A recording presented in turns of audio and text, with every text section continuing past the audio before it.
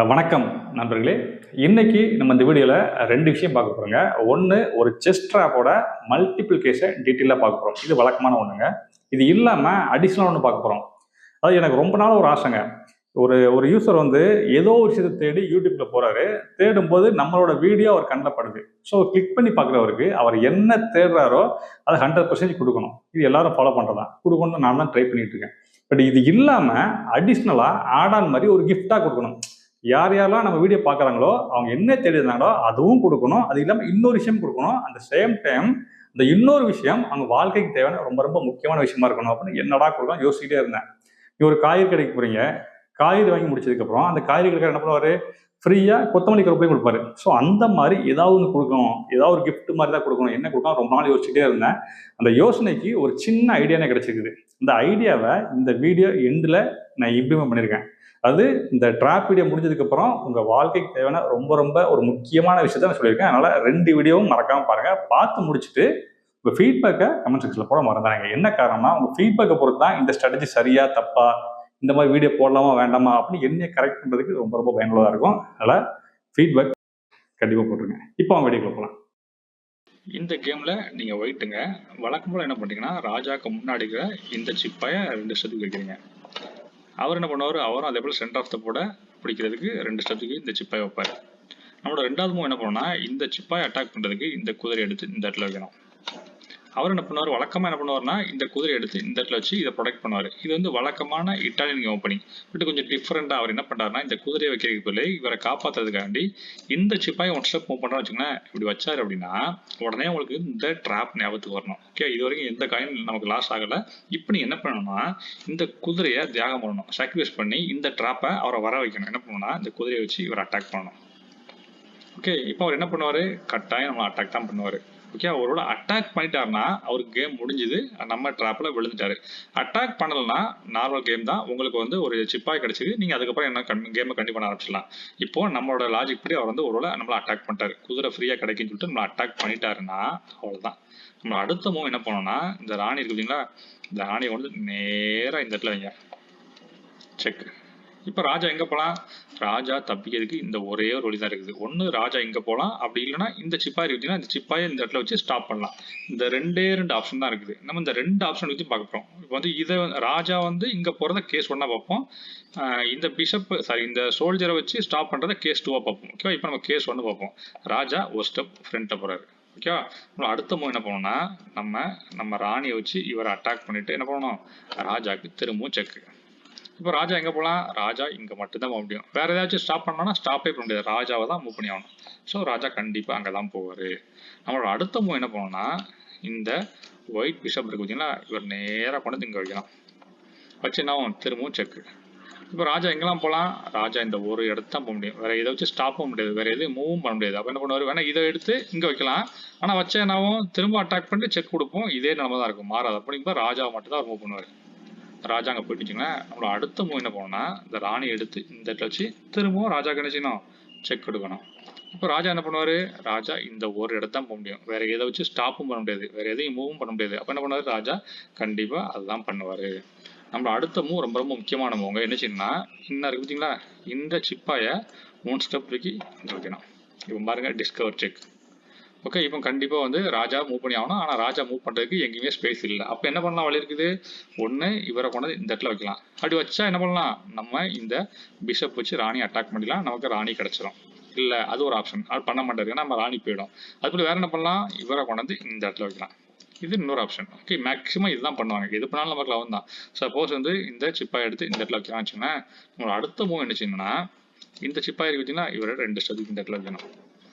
இப்போ அவர் என்ன பண்ணுவார், நம்மளை அட்டாக் பண்ண முடியுமா, முடியாது. என்ன காரணம், இங்கே ராஜா பின்ன இருக்குது. ஸோ அதனால் இதை மூவ் பண்ண முடியாது. வேறு என்னலாம் பண்ணலாம், வேறு எதனாலும் பண்ணலாம். பட் இதை எடுத்து சப்போஸ் இதை எடுத்து இங்கே வைக்காம வச்சுக்கலாம், நம்ம என்ன செய்யணும்னா, ராணி எடுத்து இந்த இடத்துல சின்ன பண்ணணும், திரும்ப செக் கொடுக்கணும். அப்போ அவர் என்ன பண்ணுவார், வழி இருக்காது, திரும்ப இதை எடுத்து வருவார். ஸோ நம்ம திரும்ப ராணி இதை எடுத்துக்கு வந்துடலாம். ஓகே, அவர் நம்ம இந்த இடத்துல என்ன பண்ணுவார்னா, இவரை சேஃப்டி பண்ணுறதுக்கு ஆல்ரெடி ராணி இருக்குது. பட் ராணி வேல்யூபிள் காயின், ராணி பெறக்கூடாது அப்படிங்காண்டி இன்னும் சப்போர்ட் பண்ணுறதுக்கு என்ன பண்ணலாம், இவரை கொண்டு இந்த இடத்துல வைக்கலாம். நம்ம வைக்கிறான்னு வச்சுங்களேன், கண்டிப்பாக அவர் தான் பண்ணுவாங்க. ஃபஸ்ட்டார்னா நம்ம கவலையே போகக்கூடாது. என்ன பண்ணணும், இந்த சிப்பாயை வச்சு இவரை அட்டாக் பண்ணிடணும். இப்போ பாருங்கள், இந்த இடத்துல டிஸ்கவர் செக். ஓகே, இப்போ என்ன பண்ணணும், கண்டிப்பாக வந்து இவர் நம்மளால் அட்டாக் பண்ண முடியாது. ஏன்னா செக்கில் இருக்கு அப்படிங்கனால ராணி எங்கேயா மூவ் பண்ணணும். ராணி எங்கே போகலாம், கண்டிப்பாக இங்கே மட்டும் தான் போகும். ஸோ ராணி போயிடுச்சா, நம்மளோட அடுத்தமும் ரொம்ப ரொம்ப முக்கியமானவங்க என்ன செய்யணும்னா, இந்த ராஜா இருக்கு பார்த்தீங்களா, இந்த ராஜாவை எடுத்து நேரம் அங்கே வைங்க. அவ்வளோதான், செக் மேட். இது கேஸ் 1. இப்போ கேஸ் 2 பார்ப்போம்.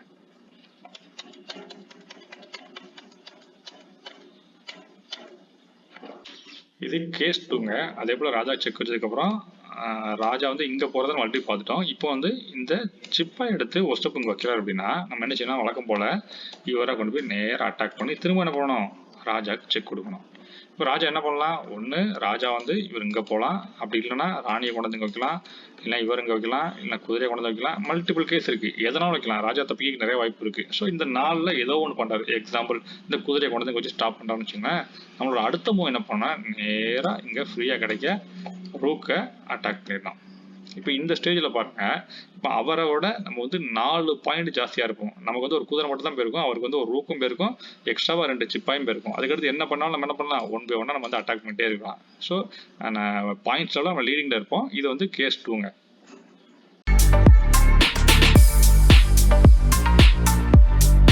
நம்ம எல்லாருக்குமே அதிகாலை 5 மணிக்கு எந்திரிக்கணும், எக்ஸசைஸ் பண்ணணும், யோகா பண்ணணும், வாக்கிங் போகணும், ஜாக்கிங் பண்ணணும், நம்மளோட உடம்ப ஃபிட்டாக வச்சுக்கணும் அப்படின்னு பல கனவுகள், ஆசைகள் இருக்கும். ஆனால் எல்லாராலையும் அதை சரியாக பயன்படுத்த முடியாது அப்படின்னா முடியாது. என்ன காரணம்னா, காலையிலே 5 மணிக்கு எந்திரிக்கலாம்னு பிளான் பண்ணி ஒரு வாரம் 10 நாள் ட்ரை பண்ணுவோம். அதுக்கப்புறம் பார்த்தீங்கன்னா ஃபோன் மட்டும்தான் ரிங் அலாரம் அடிச்சுட்டே இருக்கும், நம்ம வந்து ஆஃப் பண்ணிட்டு தூங்கிடும். இதுக்கு என்ன காரணம் அப்படின்னா, நம்ம எல்லாருமே காலையில் 5 மணிக்கு எந்திரிக்கிறதுக்கு முதல் ஸ்டெப் என்ன நினச்சிட்டு இருக்கோம்னா, ஃபோனில் அலாரம் செட் பண்ணுறது. பட் அது தப்பு. நம்ம அதிகாலை 5 மணிக்கு எந்திரிக்கணும்னா ஃபஸ்ட்டு ஸ்டெப்பு நீங்கள் என்ன பண்ணணும் அப்படின்னா, முந்தின நாள் தூக்கம் இருக்குது அப்படின்னா, அந்த தூக்கத்தை பிஃபோர் 10 PM, அதாவது அட்லீஸ்ட் ஒரு 10 மணிக்கு முன்னே ஊட்டி நீங்கள் தூங்க போயிட்டீங்க அப்படின்னா, அதை சரி பண்ணிட்டீங்க அப்படின்னா மறுநாள் காலையில் மணிக்கு நீங்கள் சர்வசாதாரணமாக அலாரமே இல்லாமல் அவங்க எந்திரிக்க முடியும். அதை சரி பண்ணாமல் உங்களால் இதை சரி பண்ணவே முடியாது. இப்போ என்ன, ஒரு 10 நாள் 15 நாள் உங்கள் வில் பவரில் பண்ணுவீங்க, அதுக்கப்புறம் ஆட்டோமேட்டிக்காக இது வந்து கொலாப்ஸ் ஆகிடும். ஆனால் இன்னைக்கு இருக்க காலகட்டத்தில் 10 மணிக்கு நம்மளால் தூங்க முடியுமா அப்படின்னா கண்டிப்பாக முடியாது. என்ன காரணம்னா, 10 மணிக்கு அப்புறம் தான் நம்ம 100% ஆக்டிவாக இருப்போம். அதுக்கப்புறம் தான் நம்ம சாப்பிடுவோம். சில பேர் வீட்டில் அதுக்கு தான் சமையலே பண்ணுவாங்க, படம் பார்க்க போவோம், மொபைல் ஆக்டிவாக இருப்போம், நம்ம ஃப்ரெண்ட்ஸ்கிட்ட பேசுவோம், வீட்டுக்கு பேசுவோம். பல வேலைகள் 10 மணிக்கு அப்புறம் தான் பண்ணுவோம். பட் அந்த பழக்கத்தை மாற்றி நீங்கள் 10 மணிக்கு தூங்குறதுக்கு ஒரு சூப்பரான மேஜிக்கல் ஐடியா நான் வச்சுருக்கேன். இந்த ஐடியா என்ன அப்படின்னா, நான் ஸ்க்ரீனில் காட்டுறேன் பாருங்கள், இந்த இமேஜை பாருங்கள். இந்த இமேஜில் இருக்கிற வார்த்தையை ஒரு 7 நாளுக்கு ஒரு அஃபர்மேஷனு, இந்த 7 நாளைக்கு நல்லா படிங்க. படித்து முடிச்சோன்னா காலைல எந்திரிச்ச உடனே ஒரு நோட் எடுத்து அதை கண்ணால் பார்த்து ஒரு ஸ்க்ரீன்ஷாட் எடுத்து வச்சுங்க. எடுத்து வச்சு அதை பார்த்து ஒரு நோட்டில் எழுதுங்க. நோட்லேயோ டைரியிலையோ பேப்பர்லையோ எழுதுங்க. எழுதி முடிச்சுட்டு அதை ஒரு டைம் ரீட் பண்ணுங்கள். ரீட் பண்ணி மடித்து வச்சுருங்க. அதுக்கப்புறம் மதியமோ ஈவினிங்கோ உங்களுக்கு நேரம் கிடைக்கும்போது கண்டிப்பாக 2 டைம் திரும்ப ஓப்பன் பண்ணுங்கள். ஓப்பன் பண்ணி ரீட் பண்ணுங்கள். அப்புறம் மறுநாள் காலைல திரும்ப இதே பயிற்சியை பண்ணுங்கள். கண்டினியூவாக 7 நாள். 7 நாள் அதுக்காண்டி நேற்று எழுதிட்டுமே சொல்லிட்டு மறுநாள் எழுதாமல் உட்காந்து ரீட் பண்ணிட்டு பண்ணாதீங்க. டெய்லி கையால் எழுதணும்.